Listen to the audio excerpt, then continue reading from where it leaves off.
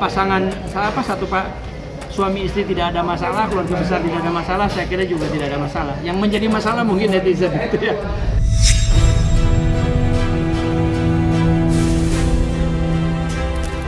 Apakah ada kaitannya Raja-Raja Jawa dengan Ahmad Dhani? Barangkali mungkin Dhani ada keturunan ini.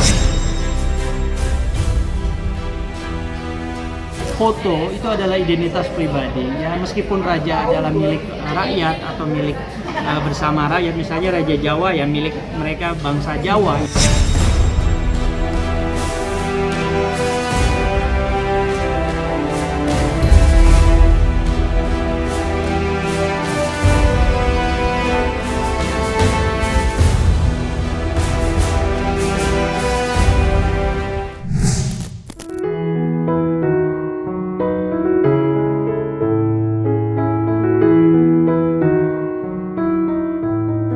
Kemeriahan acara unduh mantu pernikahan selebritis Al-Ghazali dan Alisa Dagize sungguh masih segar diingatan.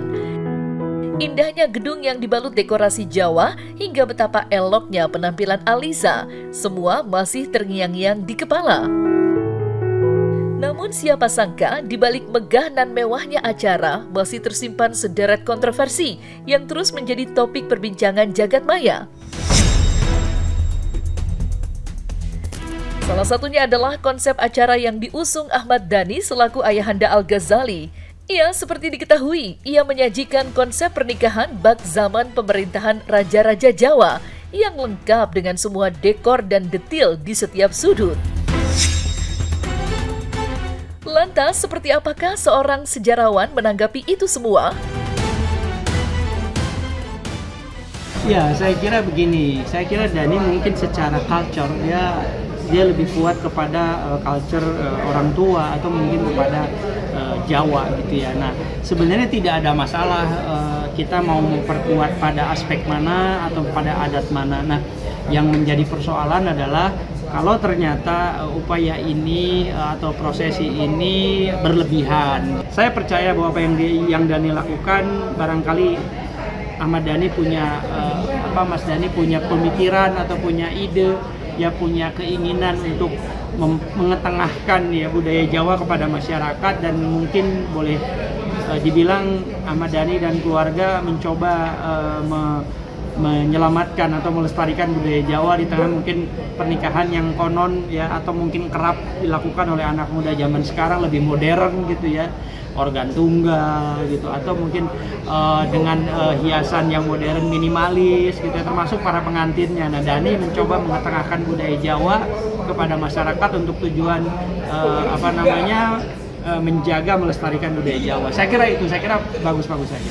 Iya, ini peristiwa budaya yang akan dicatat dalam sejarah di mana kita melestarikan kebudayaan Jawa dan semua tradisi-tradisinya kita lestarikan.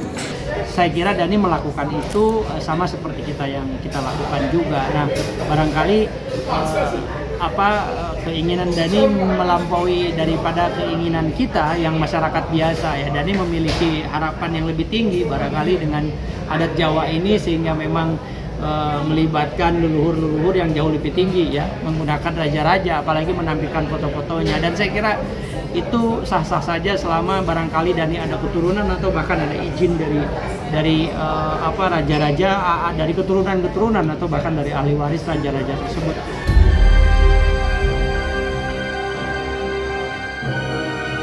Lekatnya budaya dan tradisi Jawa kuno di prosesi unduh mantu Ahmad Dhani bahkan sampai meliputi banyaknya potret raja-raja Jawa di gedung acara. Sontak saja, hal itu pun membuat publik menyorotinya dengan tajam, khususnya soal penempatan foto-foto tersebut yang dianggap terlalu sejajar dengan potret perjalanan grup band Dewa 19 yang juga ditampilkan di venue acara. Lantas, bagaimanakah pandangan sejarawan? Pantaskah Ahmad Dhani memajang potret-potret tersebut di acara unduh mantu 19 Juni silam? Saya kira itu karena gini, foto itu adalah identitas pribadi ya, meskipun raja adalah milik rakyat atau milik bersama rakyat, misalnya Raja Jawa yang milik mereka bangsa Jawa yang mereka mahkum atau memaklumi dan mengetahui bahwa raja mereka adalah yang bersangkutan. Dan boleh nggak sih foto raja dipasangkan? Saya kira sama seperti foto presiden ya, atau foto kepala negara lainnya, itu ada aturannya. Saya kira dalam konteks raja juga ada aturannya, tidak semua orang boleh pasang, dan ada aturan ukuran, ada aturan minimal menggunakan itu ditempatkan di mana, tidak boleh sembarangan ya. Ada persoalan, ada aturan yang juga tidak tertulis ya, tidak ada juga aturan baku sebenarnya, tetapi aturan itu lebih banyak dipahami dan dilaksanakan oleh mereka yang memahami secara adat.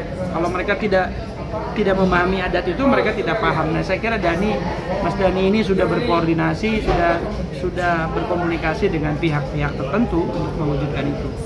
Itu namanya Javanese Royal Wedding. Dan mungkin kan beliau ini ya, bukan mungkin ya, belum pernah ada lah konsep seperti ini. Ada tapi nggak semegah ini mungkin. Ya, spektakuler. Apakah ada kaitannya raja-raja Jawa dengan Ahmad Dhani? Barangkali mungkin Dhani ada keturunan. Ini mesti kita telisik ya gitu. Jadi selama Dhani dalam kapasitasnya menampilkan ya, memajang foto dan lain sebagainya yang berhubungan dengan adat Jawa, saya kira itu tidak jadi soal.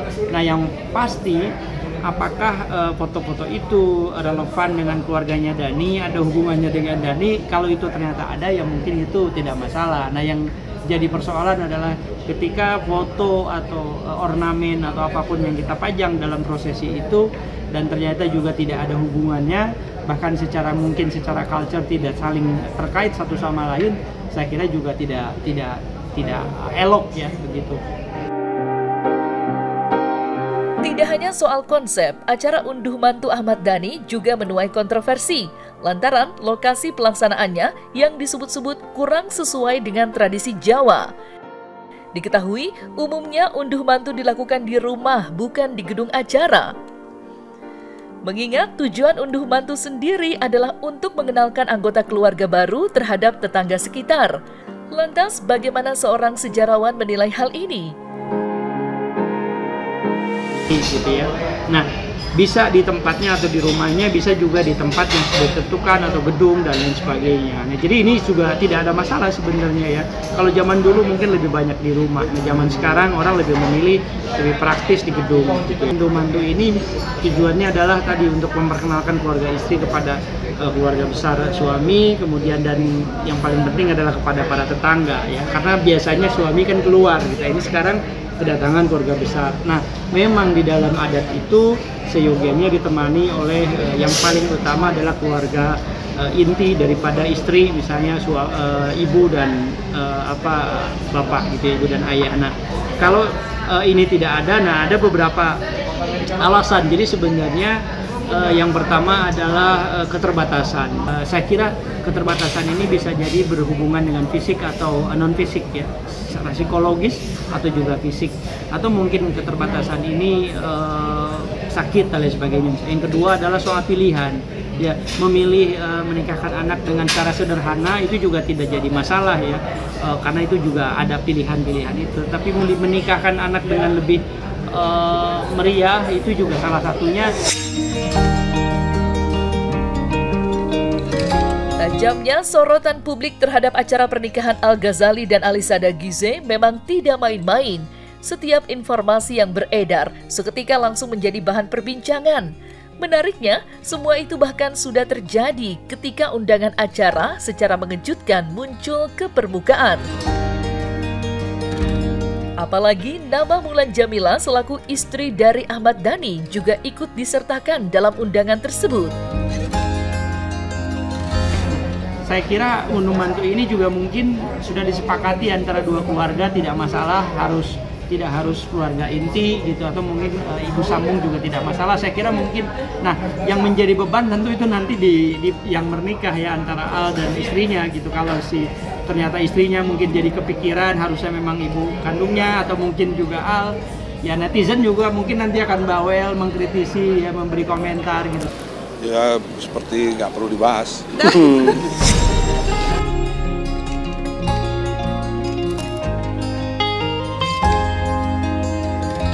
Sementara itu, ketidakhadiran Maya Estianty pun tak kalah menuai kontroversi.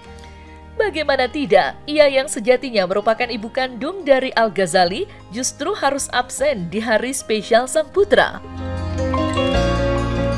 Sampai-sampai beragam spekulasi liar pun harus muncul ke permukaan, mulai dari alasan ketidakhadiran Maya hingga ada pula yang mempertanyakan keabsahan acara unduh mantu kemarin.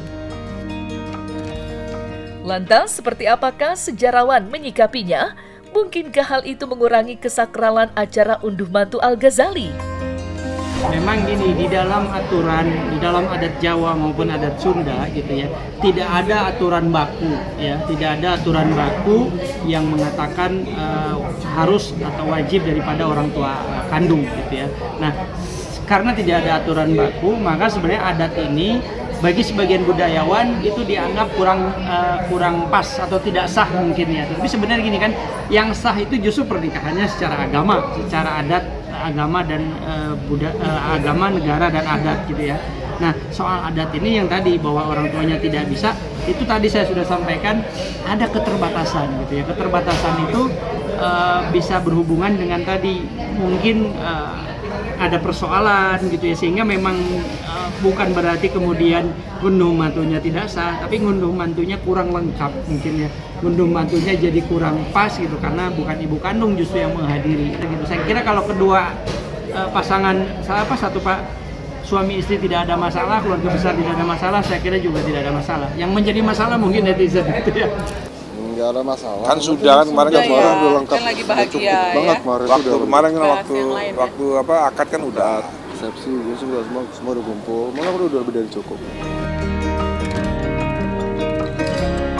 Di sisi lain, busana yang dikenakan Al dan Alisa dalam sesi pemotretan pranikah pun tak luput dari sorotan. Pasalnya, baru terungkap bila pakaian yang dikenakan oleh dua sejoli itu merupakan busana khas Kerajaan Mataram, serta kerap kali digunakan oleh pahlawan nasional, yakni Pakubuwono X. Lantas, seperti apakah penjelasan Ahmad Dhani terkait busana prewed Al dan Alisa? Sebenarnya ini kan tidak hanya pernikahan, tapi kan peristiwa budaya. Nama saya sebut peristiwa budaya. Budaya itu kita harus mengenal sejarah. Jadi sebelum ada Republik Indonesia dulu ada yang namanya Keraton Solo dan Keraton Jogja. Ya ini kan ngunduh mantunya Mas Ahmad Dhani sebagai putra mahkota kan. Ya, tentunya juga udah ada omongan dengan kakak Al dan Mbak Alisanya. Intinya ini apa ya? Intinya dengan budaya juga kan, budaya Jawa. Saya kira Mas Dhani memang sudah memperhitungkan ya, sudah memperhitungkan apa yang dilakukannya dengan prosesi ini. Saya kira ada keinginan atau ada harapan atau ada doa barangkali yang sedang dipanjatkan, sehingga memang percaya atau tidak percaya begitu dalam tradisi pernikahan itu sering dilakukan. Tidak hanya di Jawa, di berbagai suku, di Sunda misalnya saya kalau mau menikah itu biasanya kita menemui leluhur ya. Apakah menemui orang tua yang sudah meninggal atau menemui orang tua yang sudah sepuh yang sekiranya bisa dimintakan doa atau dimintakan arahan-arahannya, nasihat-nasihatnya. Jadi sebenarnya tidak ada masalah. Nah, yang menjadi masalah adalah ketika kita menikah menggunakan adat tertentu, tapi kita tidak melampaui atau tidak melewati tradisi-tradisi dalam adat Jawa. Misalnya adat Jawa, kita tidak melewatinya, berarti tentu itu jadi kesakralannya jadi kurang. Terlepas dari hadirnya sederet kontroversi, ada pula sisi keunikan yang tampil di acara kemarin. Karena tidak banyak yang tahu bahwa ternyata Ahmad Dhani telah menyiapkan cindramata spesial kepada para undangan. Bentuknya pun sungguh luar biasa, yakni sebuah CD rangkuman lagu-lagu tersukses grup band Dewa. Dan mengingat CD tersebut hanya dicetak khusus bagi para undangan, bukan tidak mungkin bila CD itu akan menjadi barang langka yang terus diburu para kolektor. Mungkin terima kasih buat ayah yang telah mengajarkan aku kehidupan, yang telah mengantarkan aku sejauh ini sampai umur 20 tahun, dan aku sekarang udah memulai kehidupan baru. Dan mungkin ini adalah hadiah terspesial aku dari ayah. Terima kasih ya. Thank you. Ya, di mata saya ya dia harus jadi panutan dari adik-adiknya kan. Saya selalu dari kecil saya selalu bilang kamu harus bisa menjadi contoh, jadi suri toladan buat adik-adiknya gitu. Dan alhamdulillah Al sukses lah sebagai kakak gitu, dan adik-adiknya El, Dul dan lain-lainnya semua look up dan respect sama Al tuh sesuatu yang bagus gitu. Makanya hadiahnya ya inilah pesta pernikahan termegah abad ini. Nah, karena memang kan semua ide murni dan ide spontan itu kan dari Mas Ahmad Dhani sendiri, Mas Dhani. Jadi WO-nya ya beliau sendiri dengan orang-orang ya kita membantu. Ada Mas Fajar ketuanya, Fajar Triadi, saya Didit Dada, ada Mas Dayan yang ngurusin pelaminan. Itu aja.